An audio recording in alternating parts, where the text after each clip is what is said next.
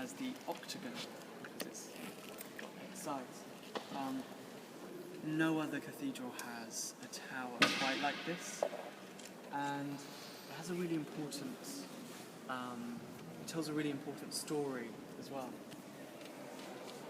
I mentioned at the start how this space was begun in around 1100, and down there where we'll go in a moment, it was completed around 1250.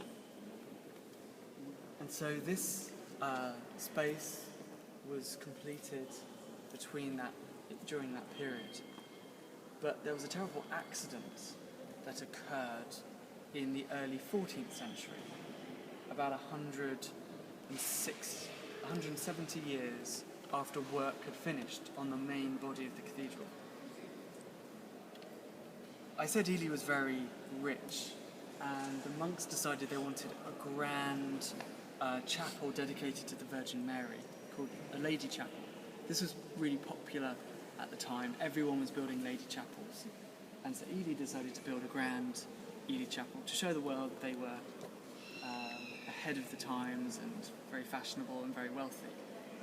And so over there, they started work on this big chapel. But digging in for the foundations, they disrupted the water table, the water level. And this meant, about a year later, this whole tower collapsed. On the night of the 12th, 13th of February, 1322, the monks had just finished singing. They were leaving through that door there, and this whole crossing area collapsed. Wow. This would happen quite a bit in medieval cathedrals. Everyone wanted to build higher and higher, bigger and bigger buildings to show how wonderful they were. And of course, sometimes people went a bit too far, and towers could collapse, people could die. No one died here with this collapse, but it was a rather rude awakening for the monks. And so they could they had an option. They could have tried to rebuild the crossing as it was. We don't know exactly what it looked like originally.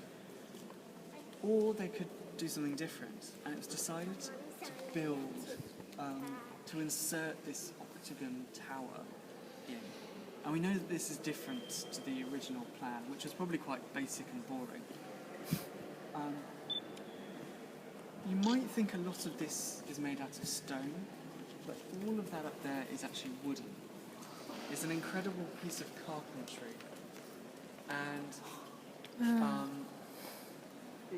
you might see some people opening the panels where the paintings are, the angels. They're just wooden panels, and you can pull them back. So you might see some faces popping their heads out. Up there. That'd be terrifying. Sorry? You're allowed up Yes, you can pay to go up there. Ooh. And so I don't think that's been booked, but if in your free time at the main entrance down there are guided tours, so that looks you really can high. do that, and you get to go out onto the roof of the cathedral, and it's really incredible. So it's an incredible piece of 14th century carpentry,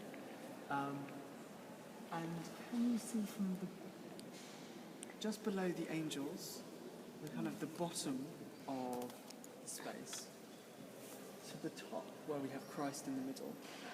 Oh, way up there. That is, if you follow the thin columns in each of the corners, those are actually constructed from single trunks of oak that, when they were cut down, were about 400 years old. So they dated back to around the year 1000, these trees. Absolutely huge. Whole 50 trees. foot or something. Sorry, not quite 50 foot, but trees. absolutely huge. 400 years old at the time, so they're now over 1,000. The wood up there is over 1,000 years old.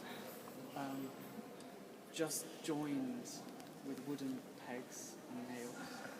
There's a bit of Victorian ironwork that has went in to help hold it up. But it's an incredible piece of carpentry.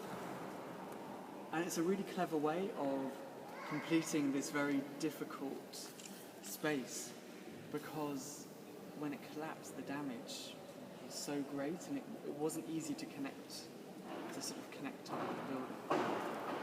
Oh, there you can see. Oh, one of them open. That's So the really people up high. there are just standing on medieval wooden. That's not terrifying at medieval all. wooden- So terrifying. Wow. I want to go up there. Oh, yeah. You can really just open them up and look out. So when you stand up there, that's kind of there. And so you're told not to. Wow. Take pictures of it. Yeah. It's war. That's right. See your head. We see you. Not when okay. Oh, yeah, I got one. I said almost all of the images, medieval images, were destroyed during the 16th century. But one image they couldn't destroy is the figure of Jesus in the centre. That's a wooden 14th century image of Christ, and they just probably couldn't reach it. Couldn't destroy it, so How do you get up survived. there? Wow. Not even. I said that some of the measurements of these places were really symbolic, and one interesting thing here is the height from the ground up to the top is 52 metres exactly. This might not seem that symbolic, but it's just over 52 metres, and it's exactly the same dimensions as the Pantheon in Rome. And this, we know that one of the priors was very interested in Rome and travelled there. And this was all part of trying to imitate ancient Roman structures.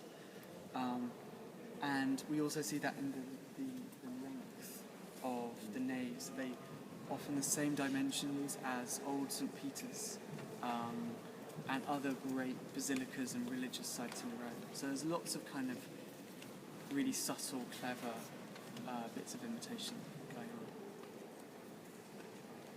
I'm just going to show you two more things before I let you enjoy the space.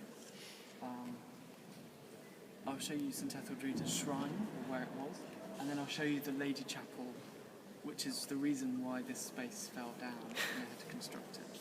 And then I'll let you enjoy the space. We'll just head down.